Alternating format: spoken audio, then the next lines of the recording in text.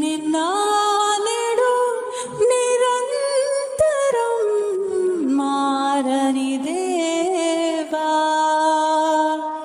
ఈ లోకమంతా నేను వెదకినా నాకు లేదయ్యా ఎక్కడ ఆనందం.